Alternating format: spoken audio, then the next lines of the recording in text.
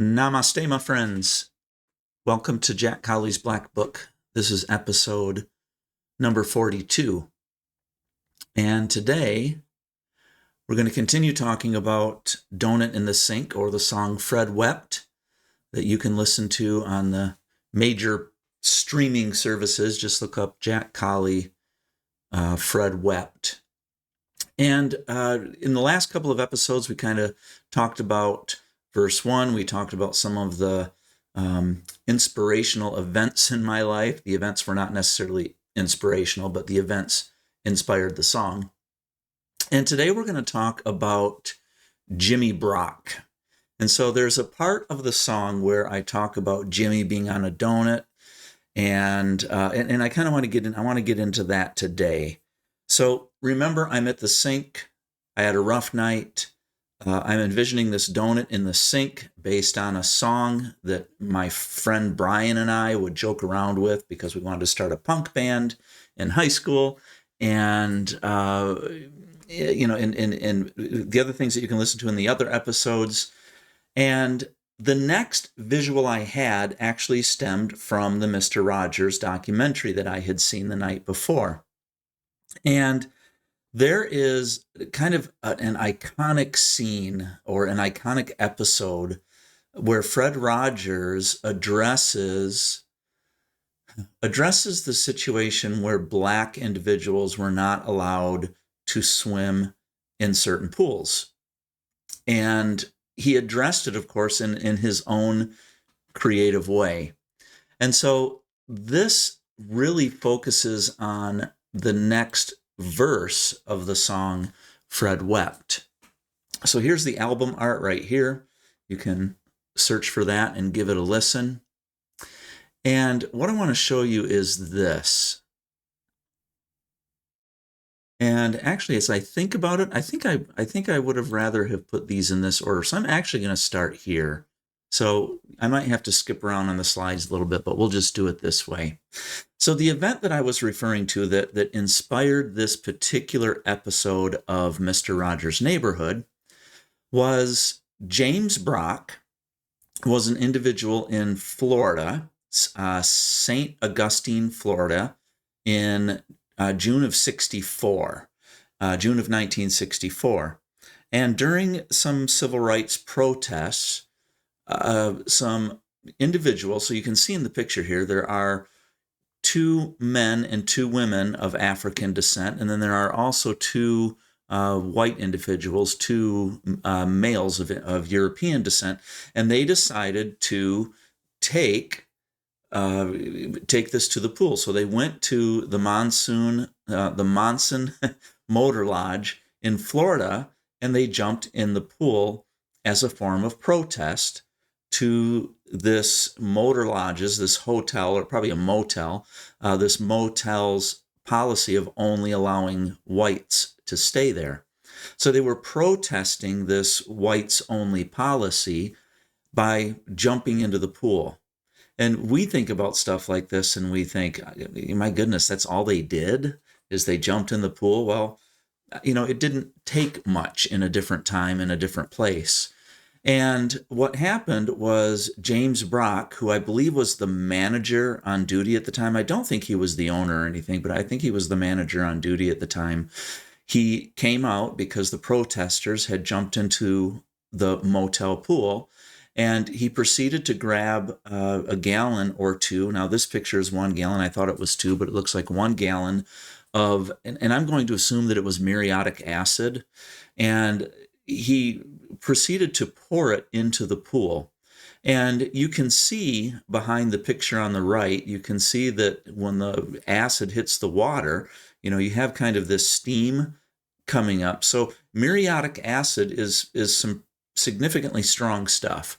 And I grew up with a concrete pool, and I remember every fall my dad, to clean the pool, would work with muriatic acid. He'd pour it on the concrete and scrub the concrete, to get rid of all the winter stuff that had kind of gotten into the pool, to kind of, to clean it up and open the pool. So muriatic acid was frequently used to clean pool decks and concrete around pools.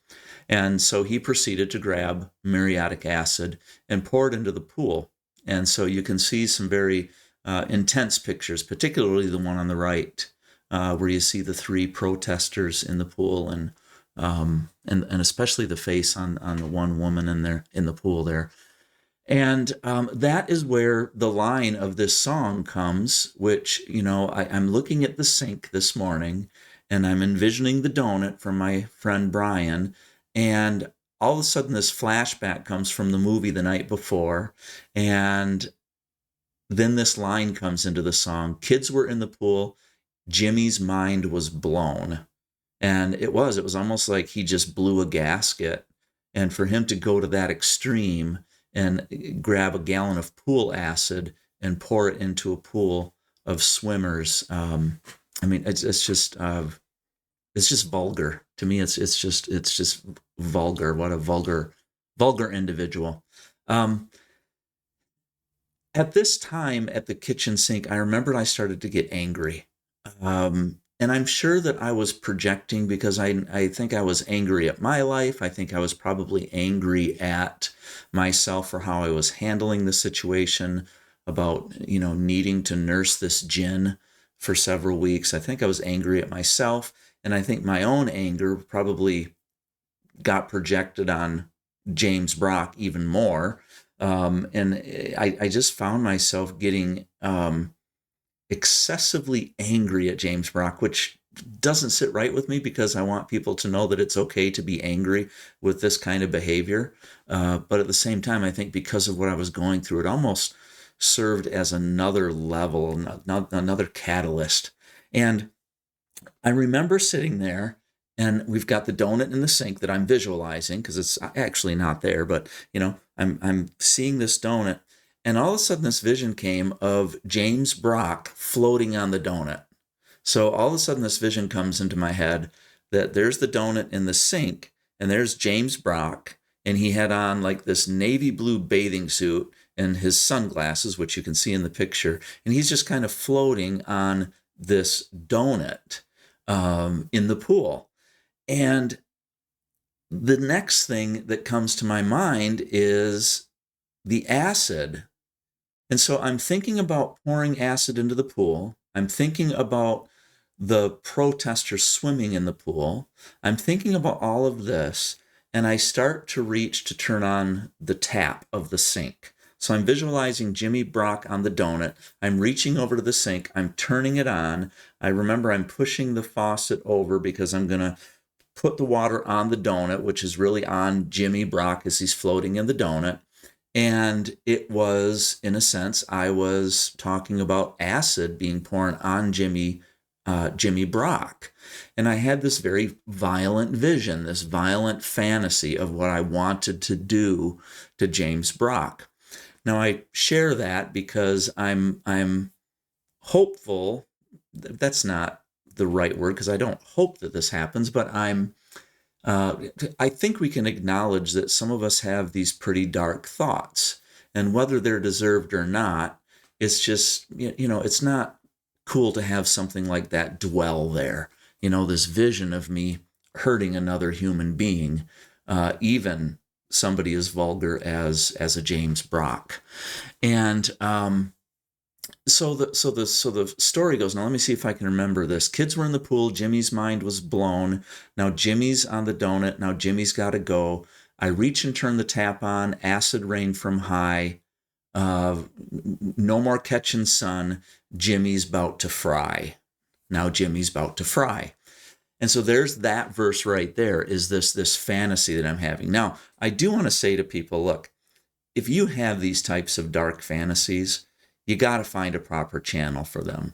For me personally, it's my music. It's writing poetry, it's writing music, it's channeling some of these really strong emotions that sometimes I have in response to some of this stuff, and not only in terms of response to this stuff, but a lot of times in response to my own behavior. And I have had to find a healthy outlet for that didn't include excessive drinking. It didn't include using drugs. It really didn't even include over-the-counter or prescribed medications. I had to get rid of all of that, and I had to find a healthy outlet for some of these feelings and some of these tensions I was experiencing. So that's where we're at there. So that kind of gives you some background there. So Fred Rogers comes along and he decides to, and here's where I'm going to have to jump around a little bit. There we go. Fred Rogers decides to have an episode that is written to address, this situation and other situations in our country where Black people were not allowed to swim with white people. And so you have a picture here, and I want you to notice something. You have Officer Clemens, so you have a police officer of African descent, and he is with Fred Rogers. And I want to point a couple things out that if you're a younger person and listening to this, you're going to be like, seriously, that you need to point that out? That's a big deal. And people my age are going to be like, oh yeah, that was significant. And there may be even older people who have a completely different, perception of what's happening here. Fred Rogers has a kiddie pool in his backyard, and he's washing his feet on a hot day. He's got a towel slung over his right shoulder there that you can see. And Officer Clemens comes in, and by the way, YouTube this so that you can actually see the live action part of it. Just YouTube Officer Clemens, Mr. Rogers pool episode or something like that. You'll be able to find it. And he invites Officer Clemens to take off his work boots and socks, and they both put their feet in the pool. And there is some incredible significance here with feet. Particularly because Fred Rogers was a minister. He was a Christian minister. And so there is a lot of symbolism behind the washing of feet. And for him to have this scene for young kids, for his young audience, where they were able to see that it is okay to have 2 white feet and 2 black feet in the pool. And then at the end, when Fred Rogers, when the scene is done, he hands the towel to Officer Clemens, and even that symbolism where the younger individuals watching this episode right now will be like, that's a big deal. It was a really big deal back in this time period that a white man would even allow a black man to use one of his personal towels to dry his feet. And we look back on it now, thank goodness we look back on it now, and we say how vulgar that was even a big deal. So I just love this particular episode that Fred Rogers did. Now, interestingly enough, there's a line in the song that says, just a slice of anger, a split-second look. It goes like this. This is the bridge. It says, white foot, black foot. Fourth Piggies touch. Fred looks at camera 1. Just a slice of anger, a split-second look. Fred dares the Christians to read your GD book. Now, I'm going to say GD book because it fits in the song to say goddamn, but it doesn't really seem right when I'm just talking in words. I'm going to talk about that in just a second here. But it's almost like this particular scene, I would watch this over and over again. I would freeze the video right here. And I want you to look at Fred Rogers' look right there. Like, this is Fred Rogers really ticked off. Like, this is Fred Rogers really seriously looking at camera 1 and saying, do you understand what's going on here?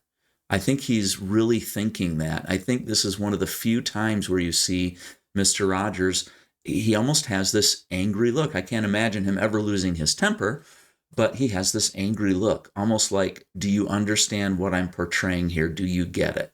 That's the split-second look. And then this next line, I still have mixed feelings about it, about the phrase, Fred dares the Christians to read their GD book. And I have a very mixed relationship with the Bible.